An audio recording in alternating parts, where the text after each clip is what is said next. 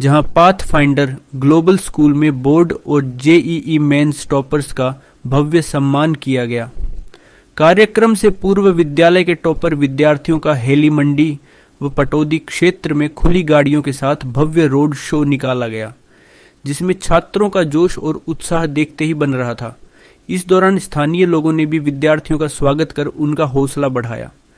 समारोह का शुभारंभ मुख्य अतिथि एसडीएम पटौदी दिनेश कुमार, एचपीएसई सदस्य ममता यादव, पूर्व नगरपालिका प्रधान चंद्रभान सहगल, समाज सेवी संजय कुमार, विद्यालय संचालक मेजर अशोक यादव, प्राचार्य नीना यादव, उप प्राचार्य दिनेश यादव व मुख्य अध्यापिका रश्मि त्यागी द्वारा सरस्वती पूजन व दीप प्रज्वलन के साथ किया गया। समारोह में 10वीं बोर्ड के 99% से ज्यादा अंक लाने वाले छात्रों को नकद इनाम और स्मृति चिन्ह देकर सम्मानित किया गया। वहीं जेईई मेंस में दीक्षा ने 99.20 परसेंटाइल हासिल कर स्कूल में पहला स्थान प्राप्त किया। अन्य टॉपर्स को भी सम्मानित किया गया। मुख्य अतिथि एसडीएम दिनेश कुमार ने विद्यार्थियों को बधाई देते हुए कहा कि क्षेत्र के छात्रों में प्रतिभा की कोई कमी नहीं है और वे अपनी मेहनत व शिक्षकों के मार्गदर्शन से निरंतर सफलता हासिल कर रहे हैं। बड़ा अच्छा लगा देख के भी, सुन के भी, और हमारे स्कूल की यादें ताज़ा हो गई हैं। इस ग्रामीण क्षेत्र से ऐसे ऐसे होनहार प्रतिभाएं निकल के आई हैं कि बच्चों ने 100 के 100 नंबर लिए हैं और जेईई में भी 99 परसेंटाइल लिया है। तो बड़ा खुश हूँ इस चीज़ को लेके, और इसलिए स्पेशल तौर पे बुलाया तो मेरे को बड़ा गौरवान्वित महसूस हुआ कि मेरे एरिया में ऐसी प्रतिभाएं हैं। या छात्रों को क्या संदेश देना चाहोगे? भाई सबसे पहले तो अनुशासन की चीज़ आती है, और मेजर साहब जहाँ हो गया अनुशासन तो वो पर्याय है उस चीज़ के लिए। तो अनुशासन से ही विद्यार्थी जीवन का आगे चल के निर्माण होता है। उन्होंने कहा कि यह उपलब्धि पूरे क्षेत्र के लिए गर्व की बात है। विशिष्ट अतिथि ममता यादव ने भी विद्यार्थियों की सफलता का श्रेय उनकी मेहनत, शिक्षकों के समर्पण और अभिभावकों के सहयोग को दिया। उन्होंने विद्यालय प्रबंधन की सराहना करते हुए कहा कि यहाँ गुणवत्तापूर्ण शिक्षा के कारण ही छात्र उत्कृष्ट प्रदर्शन कर रहे हैं। आज पटौदी में पाथ फाइंडर ग्लोबल स्कूल का जो 10th में और जेईई में मेंस में बच्चे अचीव अच्छा किए हैं, उनका फेलिसिटेशन का प्रोग्राम था। उसमें आदरणीय मेजर अशोक जी ने मुझे आमंत्रित किया और आके मुझे बहुत अच्छा लगा कि ऐसे बच्चे, होनहार बच्चे हैं यहाँ के, जिन्होंने वास्तव में पटौदी का भी नाम रोशन किया, और मैं कहूँगी कि पूरे हरियाणा ही नहीं, पूरे भारत का भी नाम उन्होंने रोशन किया है। जिस प्रकार एक साधु तपस्या करता है, उस प्रकार एक विद्यार्थी तपस्या करता है। इस तुलना को किस रूप से देखते हैं आप?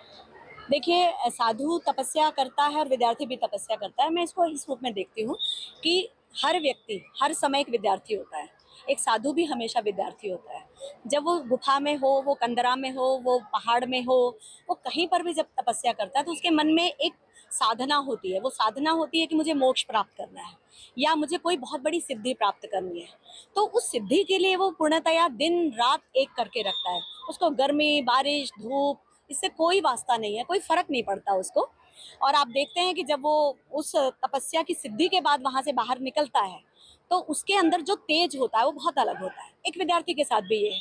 जब विद्यार्थी अपनी तैयारी कर रहा है और उसके साथ साथ विद्यार्थी के साथ उसके पेरेंट्स, टीचर्स जो उसके साथ में लगे होते हैं, तो वो सर्दी, गर्मी, धूप कुछ भी नहीं देखते। अभी आपने देखा होगा कि लगभग 3 घंटे तक बच्चे यहाँ पर बैठे रहे, किसी के चेहरे पर शिकन नहीं। क्यों? क्योंकि वो एक उत्सव मना रहे थे। उत्सव मना रहे थे अपने साथी विद्यार्थी जो अभी जिन्होंने अचीव किया है बहुत कुछ। तो उनका जब वो उत्सव मनाते हैं उस समय सब भूल जाते हैं। आप देखिए, दीपावली पे आप देखेंगे या किसी भी हमारे फेस्टिवल पर आप देखिए, कितनी भी भाग दौड़ हो, लेकिन कोई व्यक्ति थकता नहीं है, वो खुश रहता है। एक विद्यार्थी हमेशा इसी तरह रहता है। जिस प्रकार से किसी भी फील्ड में फर्स्ट, सेकंड और थर्ड ये आ जाते हैं, लेकिन जो फोर्थ आया है, जो फिफ्थ आया है, जाहिर सी बात है उसने भी बहुत ज़्यादा मेहनत की, और हर व्यक्ति अपने आप में यूनिक है।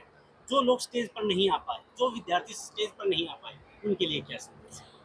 मैंने अपनी बात में पहले भी कहा था और मैं हमेशा ये कहती हूँ कि कभी भी जीत की तुलना फर्स्ट, सेकंड और थर्ड से नहीं होती है। जब 100 लोग किसी रेस में हैं या किसी भी काम के लिए आगे आए हैं, तो उसमें फर्स्ट, सेकंड, थर्ड तो 3 ही आने वाले हैं। लेकिन वो फर्स्ट, सेकंड, थर्ड के बाद जो फोर्थ, फिफ्थ या बाकी हैं, उनकी वैल्यू कम नहीं है। इसलिए कम नहीं है कि जो कोई भी वो 100वें बच्चे तक भी होगा, वो किसी न किसी क्षेत्र में विशेष करेगा। हर कोई आईएएस नहीं बनता, हर कोई एचसीएस नहीं बनता, हर कोई पॉलिटिशियन नहीं बनता, हर कोई स्पोर्ट्स पर्सन नहीं बनता।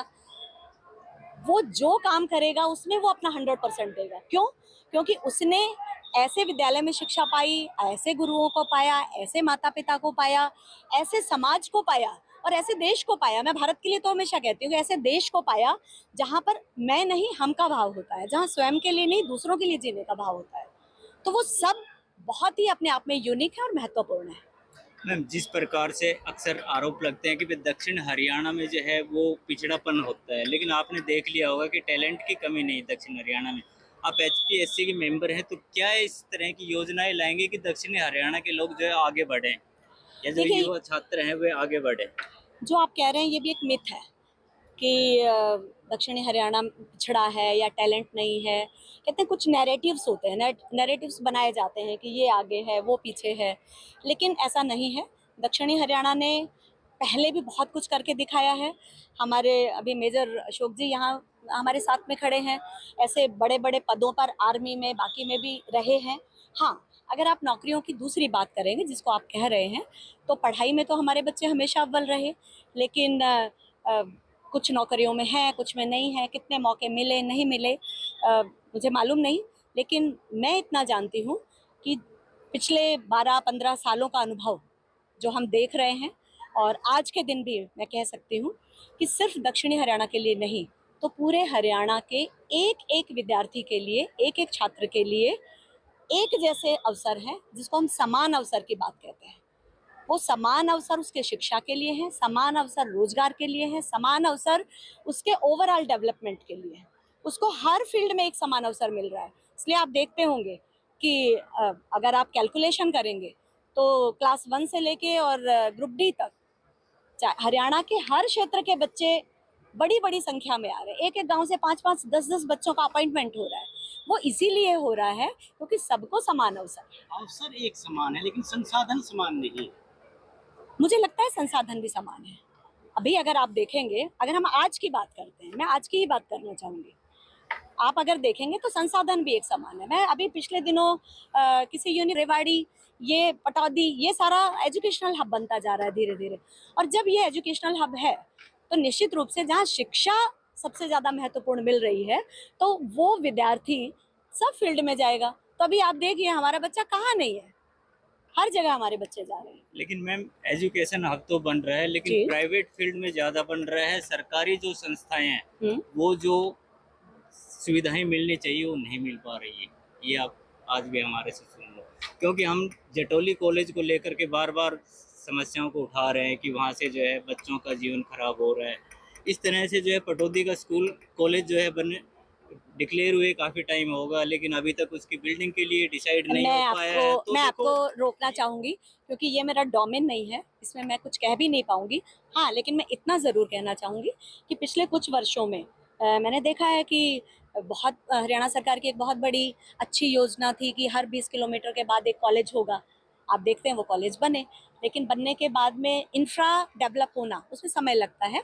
लेकिन मैं इतना, क्योंकि मैंने पहले कहा मेरा डोमेन नहीं है, लेकिन मैं इतना ज़रूर जानती हूँ कि चीज़ें बहुत अच्छी हैं और अच्छी होने की ओर हैं।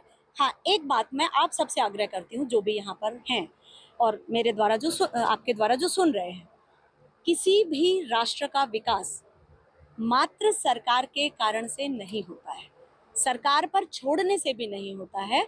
सरकार और समाज इन दोनों को जब साथ चलते हैं तब जाकर के वहाँ का डेवलपमेंट होता है। अगर हम सब कुछ ये सोच के छोड़ देंगे कि ये भी सरकार करेगी तो ये नहीं होता। सरकार तो करती है, अपनी तरफ से बेस्ट करने की कोशिश करती है, लेकिन हम सब अगर जुड़ जाते हैं तो वो चीज़ें और जल्दी हो जाती हैं। Thank you ma'am.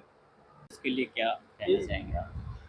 सर, आज का कार्यक्रम देखा है मैंने, मतलब आज तो क्या, जब से रिजल्ट आया हम तो काफ़ी उत्साहित थे कि भी हमें बच्चों को भी करना है सम्मानित और टीचर्स को भी करना है।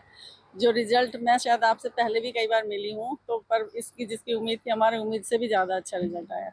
बच्चों ने काफ़ी कुछ करके दिखाया और उससे मैं बहुत खुश हूँ, क्योंकि मैंने अपने कार्यकाल में पाथफाइंडर को ज़मीन से ऊपर उठते हुए देखा और वो लगातार प्रोग्रेस कर रहा है। उसके लिए हम काम भी कर रहे हैं। जिस तरह से 10th का रिजल्ट पे हमारी आपसे बात हुई थी, लेकिन 2 दिन हाँ। पहले जेई और मेंस का जो मेंस का, रिजल्ट हाँ आया जी। उसके लिए आप क्या संदेश देना चाहोगे? सर उसके लिए भी मैं यही संदेश देना चाहूँगी कि हमने बच्चों को तो उम्मीद थी कि बच्चे हमारे करेंगे, लेकिन जो हमारी उम्मीद से भी अच्छा आया है और बच्चों का पहला ही माइलस्टोन है ये। मैं तो कहती हूँ अब ये आगे प्रोग्रेस ही करेंगे और इन बच्चों से हमें बहुत उम्मीद है और भी आगे चल के।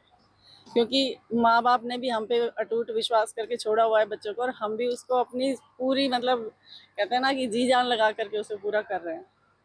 थैंक तो यू। और सबसे बड़ा बात यह है कि रूरल एरिया है, तो उसमें ये कोशिश रहती है कि हर बच्चा कुछ ना कुछ कर जाए।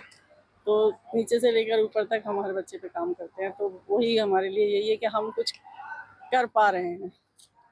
और वो हमारे साथ जो हाथ है वो सारा मैनेजमेंट का है कि भाई उनका सपोर्ट से ही ये सब हो सकता है। तो यही है बस मेरी शुभकामनाएं भी और मेरा उद्देश्य भी और मेरा सब कुछ बात है।